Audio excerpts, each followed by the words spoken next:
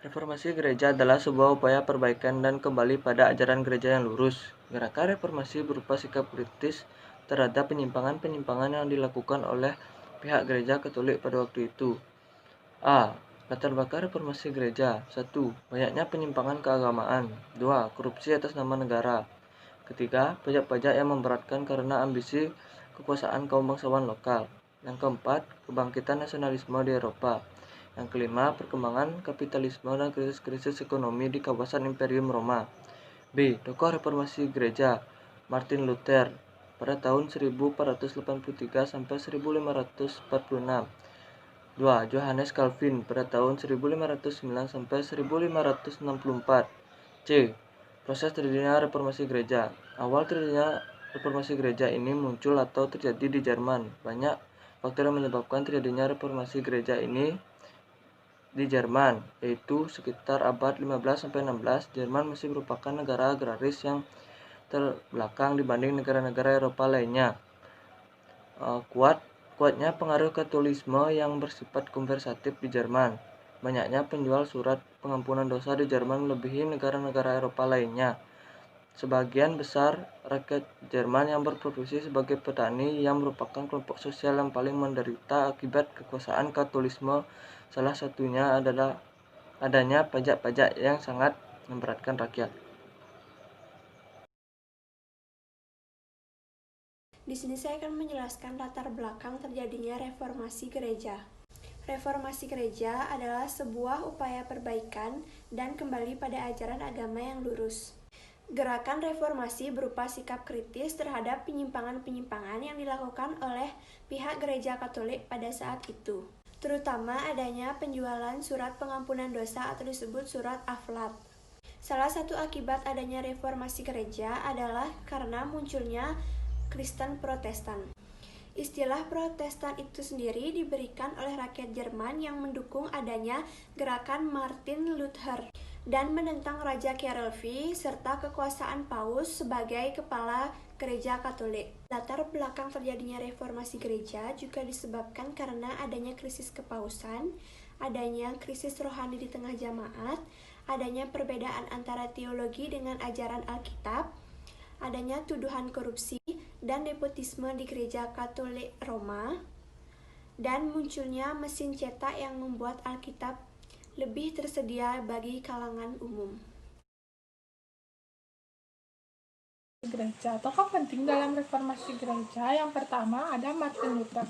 Martin Luther yang hidup pada tahun 1483 sampai 1546. Dia merupakan seorang tokoh agama dan akademisi yang berasal dari Jerman. Martin Luther merupakan tokoh yang mempelajari terjadinya aksi protes terhadap kebijakan gereja Katolik yang diawali dengan kebijakan gereja yang menjual surat pengampunan dosa atau yang sering disebut dengan modulgensi. Martin Luther menganggap biasanya tindakan yang dilakukan oleh gereja tersebut tidak sesuai dengan ajaran Kristiani itu sendiri. Selain itu, dia juga memprotes pengaruh gereja Katolik yang sudah jauh menyimpang dari ajaran Kristiani yang sebenarnya. Yang kedua, ada Johannes Calvin. Johannes Calvin yang hidup antara tahun 1509 sampai 1564. Johannes Calvin merupakan seorang teolog yang berasal dari Prancis. Nah, seperti Martin Luther, Calvin juga menentang dan mengeluh ajaran Katolik di Eropa. Ajaran Calvin ini dianggap sebagai dasar-dasar teologis dalam ajaran Kristiani Protestan. Nah, berkat dari pengaruh Calvin, ajaran Kristiani Protestan tersebar ke seluruh Eropa dan sampai bahkan ke dunia internasional.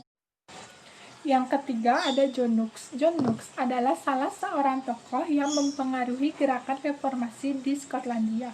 Ia merupakan salah satu murid dari Calvin di Jenewana, sehingga pengaruh teologi Calvin sangat kental ada di dalam dirinya. Ia wafat pada tanggal 24 November 1572. Yang kelima ada Zwingli, lahir di Swiss dan merupakan pemimpin reformasi di Swiss. Reformasi ini didukung oleh pemerintah dan rakyat di Swiss yang menyebabkan perubahan pada kehidupan masyarakat dan urusan di sana. Dan yang keempat ada Desiderius Erasmus Roterodamus, adalah seorang teolog, pengajar, kritikus sosial, imam Katolik, dan humanis Renaissance berkebangsaan Belanda.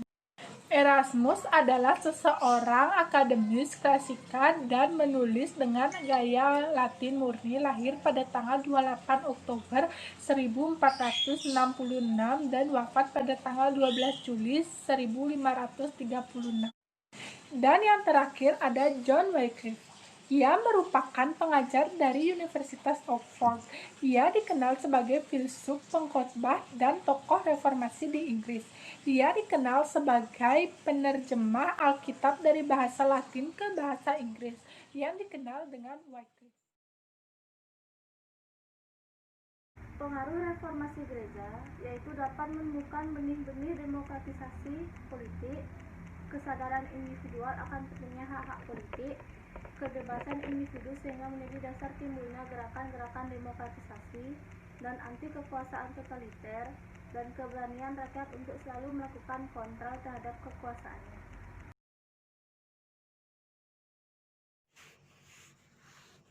Penjelasan reformasi gereja dan perkembangannya. Saat ini kita tahu bahwa ada dua agama Kristen yang diakui, yaitu Kristen Protestan dan Kristen Katolik. Perbedaan Kristen Protestan dan Kristen Katolik berada pada tatanan gerejanya serta beberapa kepercayaannya. Jika ada yang bertanya mengenai bagaimana Kristen menjadi dua bagian, menghubungkan dengan istilah reformasi gereja. Namun apa itu reformasi gereja? Reformasi gereja merupakan salah satu proses sejarah ketika sekelompok orang berpisah dari gereja Katolik dan menyatakan diri sebagai Kristen Protestan. Reformasi ini menjadi kelanjutan dari Renaissance. Renaissance memiliki prinsip untuk menikmati hidup dan mengutamakan manusia dalam segala sesuatu. Berkembalikan dari itu, reformasi memiliki penekanan bahwa manusia makhluk yang jahat dan bejat, sehingga manusia butuh iman Kristen yang sesungguhnya. Reformasi gereja adalah sebuah upaya perbaikan dan kembali pada ajaran gereja yang lurus. Gerakan reformasi berupa sikap kritis terhadap penyimpangan-penyimpangan yang ada. Dampak reformasi gereja ini adalah dengan munculnya negara-negara nasional kecil tanpa memiliki pusat kekuasaan atau gembala politik seperti lembaga kepausan Roma, menumbuhkan benih-benih demokratisasi politik, kesadaran individual akan pentingnya hak-hak politik, kebebasan individu, sehingga menjadi dasar timbulnya gerakan-gerakan demokratisasi dan anti kekuasaan totaliter, dan keberanian rakyat untuk selalu melakukan kontrol terhadap kekuasaan. Kemudian reformasi gereja di Eropa bagi Indonesia tidak begitu berdampak atau berpengaruh bagi gereja-gereja di Indonesia. Hal ini dikarenakan pada pendatang yang dari Eropa dahulu tidak mengadopsi semangat Luther, Calvin, dan reformator lain dalam misi membawa Injil ke Indonesia.